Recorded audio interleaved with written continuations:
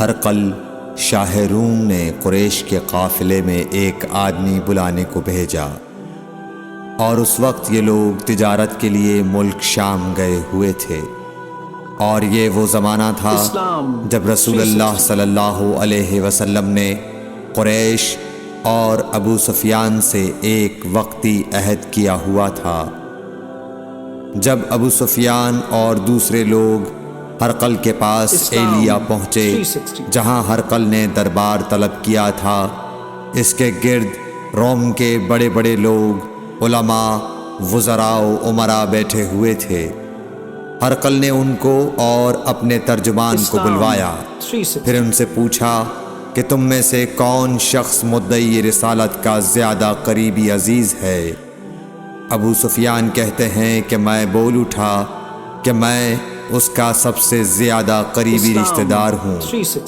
یہ سن کر ہرقل نے حکم دیا کہ اس ابو سفیان کو میرے قریب لا کر بٹھاؤ اور اس کے ساتھیوں کو اس کی پیٹھ کے پیچھے بٹھا دو۔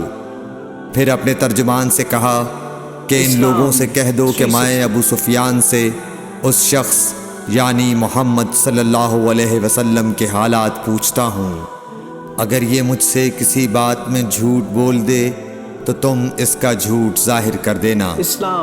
ابو سفیان کا قول ہے کہ خدا کی قسم اگر مجھے یہ غیرت نہ آتی کہ یہ لوگ مجھ کو جھٹلائیں گے تو میں آپ صلی اللہ علیہ وسلم کی نسبت ضرور غلط گوئی سے کام لیتا۔ خیر، پہلی بات جو ہرقل نے مجھ سے پوچھی وہ یہ کہ اس شخص کا خاندان تم لوگوں میں کیسا ہے؟ میں نے کہا وہ تو بڑے اونچے عالی نسب والے ہیں۔ کہنے لگا اس سے پہلے بھی کسی نے تم لوگوں میں ایسی بات کہی تھی؟ میں نے کہا نہیں۔ کہنے لگا اچھا اس کے بڑوں میں کوئی بادشاہ ہوا ہے؟ میں نے کہا نہیں۔ پھر اس نے کہا بڑے لوگوں نے اس کی پیروی اختیار کی ہے یا کمزوروں نے؟ میں نے کہا نہیں، کمزوروں نے۔ پھر کہنے لگا اس کے تابعدار روز بڑھتے جاتے ہیں یا کوئی ساتھی پھر بھی جاتا ہے؟ میں نے کہا نہیں۔ کہنے لگا کیا اپنے اس دعوی نبوت سے پہلے کبھی کسی بھی موقع پر اس نے جھوٹ بولا ہے؟ میں نے کہا نہیں، اور اب ہماری اس سے صلح کی ایک مقررہ مدت ٹھہری ہوئی ہے، معلوم نہیں وہ اس میں کیا کرنے والا ہے۔ ابو سفیان کہتے ہیں میں اس بات کے سوا اور کوئی جھوٹ اس گفتگو میں شامل نہ کر سکا۔ ہرقل نے کہا کیا تمہاری اس سے کبھی لڑائی بھی ہوئی ہے؟ ہم نے کہا کہ ہاں۔ بولا پھر تمہاری اور اس کی جنگ کا کیا حال ہوتا ہے؟ میں نے کہا لڑائی ڈول کی طرح ہے، کبھی وہ ہم سے میدان جنگ جیت لیتے ہیں اور کبھی ہم ان سے جیت لیتے ہیں۔ ہرقل نے پوچھا وہ تمہیں کس بات کا حکم دیتا ہے؟ میں نے کہا وہ کہتا ہے کہ صرف ایک اللہ ہی کی عبادت کرو، اس کا کسی کو شریک نہ بناؤ، اور اپنے باپ دادا کی شرک کی باتیں چھوڑ دو، اور ہمیں نماز پڑھنے، سچ بولنے، پرہیزگاری اور صلہ رحمی کا حکم دیتا ہے۔ یہ سب سن کر پھر ہرقل نے اپنے ترجمان سے کہا کہ ابو سفیان سے کہہ دے کہ میں نے تم سے اس کا نسب پوچھا تو تم نے کہا کہ وہ ہم سے عالی نسب ہے، اور پیغمبر اپنی قوم میں عالی نسب ہی بھیجے جایا کرتے ہیں۔ میں نے تم سے پوچھا کہ دعوی نبوت کی یہ بات تمہارے اندر اس سے پہلے کسی اور نے بھی کہی تھی؟ تو تم نے جواب دیا کہ نہیں۔ تب میں نے اپنے دل میں کہا کہ اگر یہ بات اس سے پہلے کسی اور نے کہی ہوتی تو میں سمجھتا کہ اس شخص نے بھی اسی بات کی تقلید کی ہے جو پہلے کہی جا چکی ہے۔ میں نے تم سے پوچھا کہ اس کے بڑوں میں کوئی بادشاہ بھی گزرا ہے؟ تو تم نے کہا کہ نہیں۔ تو میں نے دل میں کہا کہ ان کے بزرگوں میں سے کوئی بادشاہ ہوا ہوگا تو کہہ دوں گا کہ وہ شخص اس بہانے اپنے آباء و اجداد کی بادشاہت اور ان کا ملک دوبارہ حاصل کرنا چاہتا ہے۔ اور میں نے تم سے پوچھا کہ اس بات کے کہنے یعنی پیغمبری کا دعویٰ کرنے سے پہلے تم نے کبھی اس کو دروغ گوئی کا الزام لگایا ہے؟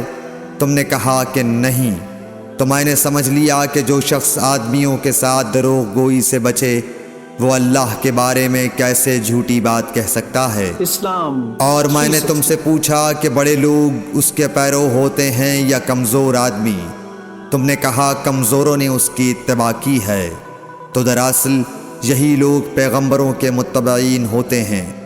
اور میں نے تم سے پوچھا کہ اس کے ساتھی بڑھ رہے ہیں یا کم ہو رہے ہیں؟ تم نے کہا کہ وہ بڑھ رہے ہیں، اور ایمان کی کیفیت یہی ہوتی ہے حتیٰ کہ وہ کامل ہو جاتا ہے۔ اور میں نے تم سے پوچھا کہ آیا کوئی شخص اس کے دین سے ناخوش ہو کر مرتد بھی ہو جاتا ہے؟ تم نے کہا نہیں۔ تو ایمان کی خاصیت بھی یہی ہے، جن کے دلوں میں اس کی مسرت رچ بس جائے وہ اس سے لوٹا نہیں کرتے۔ اور میں نے تم سے پوچھا کہ آیا وہ کبھی عہد شکنی کرتے ہیں؟ تم نے کہا نہیں۔ پیغمبروں کا یہی حال ہوتا ہے، وہ عہد کی خلاف ورزی نہیں کرتے۔ اور میں نے تم سے کہا کہ وہ تم سے کس چیز کے لیے کہتے ہیں؟ تم نے کہا کہ وہ ہمیں حکم دیتے ہیں کہ اللہ کی عبادت کرو، اس کے ساتھ کسی کو شریک نہ ٹھہراؤ، اور تمہیں بتوں کی پرستش سے روکتے ہیں، سچ بولنے اور پرہیزگاری کا حکم دیتے ہیں۔ لہٰذا اگر یہ باتیں جو تم کہہ رہے ہو سچ ہیں تو ان قریب وہ اس جگہ کا مالک ہو جائے گا کہ جہاں میرے یہ دونوں پاؤں ہیں۔ مجھے معلوم تھا کہ وہ پیغمبر آنے والا ہے، مگر مجھے یہ معلوم نہیں تھا کہ وہ تمہارے اندر ہوگا۔ اگر میں جانتا کہ اس تک پہنچ سکوں گا تو اس سے ملنے کے لیے ہر تکلیف گوارا کرتا۔ اگر میں اس کے پاس ہوتا تو اس کے پاؤں دھوتا۔ ہرقل نے رسول اللہ صلی اللہ علیہ وسلم کا وہ خط منگایا جو آپ نے وحیہ کلبی رضی اللہ تعالیٰ عنہ کے ذریعے حاکم بصرہ کے پاس بھیجا تھا، اور اس نے وہ ہرقل کے پاس بھیج دیا تھا۔ پھر اس کو پڑھا تو اس میں لکھا تھا، اللہ کے نام کے ساتھ جو نہایت مہربان اور رحم والا ہے۔ اللہ کے بندے اور اس کے پیغمبر محمد صلی اللہ علیہ وسلم کی طرف سے یہ خط ہے شاہ روم کے لیے۔ اس شخص پر سلام ہو جو ہدایت کی پیروی کرے۔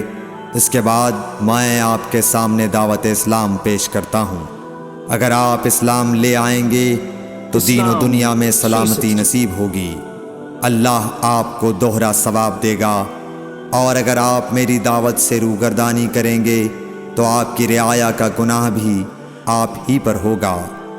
اور اے اہل کتاب، ایک ایسی بات پر آ جاؤ جو ہمارے اور تمہارے درمیان یکساں ہے، وہ یہ کہ ہم اللہ کے سوا کسی کی عبادت نہ کریں اور کسی کو اس کا شریک نہ ٹھہرائیں، اور نہ ہم میں سے کوئی کسی کو خدا کے سوا اپنا رب بنائے۔ پھر اگر وہ اہل کتاب اس کتاب سے منہ پھیر لیں تو مسلمانوں، تم ان سے کہہ دو کہ تم مانو یا نہ مانو، ہم ایک خدا کے اطاعت گزار ہیں۔ ابو سفیان کہتے ہیں، جب ہرقل نے جو کچھ کہنا تھا کہہ دیا اور خط پڑھ کر فارغ ہوا تو اس کے ارد گرد بہت شور و غوغا ہوا، بہت سی آوازیں اٹھیں اور ہمیں باہر نکال دیا گیا۔ تب میں نے اپنے ساتھیوں سے کہا کہ ابو کبشہ کے بیٹے حضرت صلی اللہ علیہ وسلم کا معاملہ تو بہت بڑھ گیا۔ دیکھو تو اس سے بنی اصفر روم کا بادشاہ بھی ڈرتا ہے۔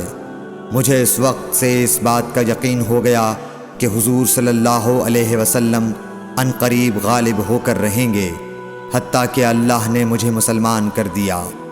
راوی کا بیان ہے کہ ابن ناطور ایلیا کا حاکم ہرقل کا مصاحب اور شام کے نصارہ کا لاٹ پادری بیان کرتا تھا کہ ہرقل جب ایلیا آیا ایک دن صبح کو پریشان اٹھا تو اس کے درباریوں نے دریافت کیا کہ آج ہم آپ کی حالت بدلی ہوئی پاتے ہیں، کیا وجہ ہے؟ ابن ناطور کا بیان ہے کہ ہرقل نجومی تھا، علم نجوم میں وہ پوری مہارت رکھتا تھا۔ اس نے اپنے ہم نشینوں کو بتایا کہ میں نے آج رات ستاروں پر نظر ڈالی تو دیکھا کہ ختنہ کرنے والوں کا بادشاہ ہمارے ملک پر غالب آ گیا ہے۔ بھلا اس زمانے میں کون لوگ ختنہ کرتے ہیں؟ انہوں نے کہا کہ یہود کے سوا کوئی ختنہ نہیں کرتا، سو ان کی وجہ سے پریشان نہ ہوں۔ سلطنت کے تمام شہروں میں یہ حکم لکھ بھیجیے کہ وہاں جتنے یہودی ہوں سب قتل کر دیے جائیں۔ وہ لوگ انہی باتوں میں مشغول تھے کہ ہرقل کے پاس ایک آدمی لایا گیا جسے شاہ غسان نے بھیجا تھا۔ اس نے رسول اللہ صلی اللہ علیہ وسلم کے حالات بیان کیے۔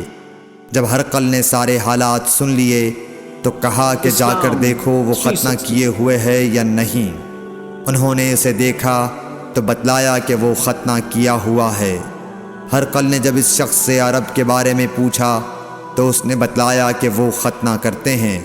تب ہرقل نے کہا کہ یہی محمد صلی اللہ علیہ وسلم اس امت کے بادشاہ ہیں جو پیدا ہو چکے ہیں۔ پھر اس نے اپنے ایک دوست کو رومیہ خط لکھا اور وہ بھی علم نجوم میں ہرقل کی طرح ماہر تھا۔ پھر وہاں سے ہرقل حمص چلا گیا۔ ابھی حمص سے نکلا نہیں تھا کہ اس کے دوست کا خط اس کے جواب میں آ گیا۔ اس کی رائے بھی حضور صلی اللہ علیہ وسلم کے ظہور کے بارے میں ہرقل کے موافق تھی کہ محمد صلی اللہ علیہ وسلم واقعی پیغمبر ہیں۔ اس کے بعد ہرقل نے روم کے بڑے آدمیوں کو اپنے حمص کے محل میں طلب کیا اور اس کے حکم سے محل کے دروازے بند کر لیے گئے۔ پھر وہ اپنے خاص محل سے باہر آیا اور کہا، اے روم والو، کیا ہدایت اور کامیابی میں کچھ حصہ تمہارے لیے بھی ہے؟ اگر تم اپنی سلطنت کی بقا چاہتے ہو تو پھر اس نبی صلی اللہ علیہ وسلم کی بیعت کر لو اور مسلمان ہو جاؤ۔ یہ سننا تھا کہ پھر لوگ وحشی گدھوں کی طرح دروازوں کی طرف دوڑے مگر انہیں بند پایا۔ آخر جب ہرقل نے اس بات سے ان کی یہ نفرت دیکھی اور ان کے ایمان لانے سے مایوس ہو گیا تو کہنے لگا کہ ان لوگوں کو میرے پاس لاؤ۔ جب وہ دوبارہ آئے تو اس نے کہا، میں نے جو بات کہی تھی اس سے تمہاری دینی پختگی کی آزمائش مقصود تھی، سو وہ میں نے دیکھ لی۔ تب یہ بات سن کر وہ سب کے سب اس کے سامنے سجدے میں گر پڑے اور اس سے خوش ہو گئے۔ بالآخر ہرقل کی آخری حالت یہی رہی۔ صحیح بخاری حدیث نمبر 7۔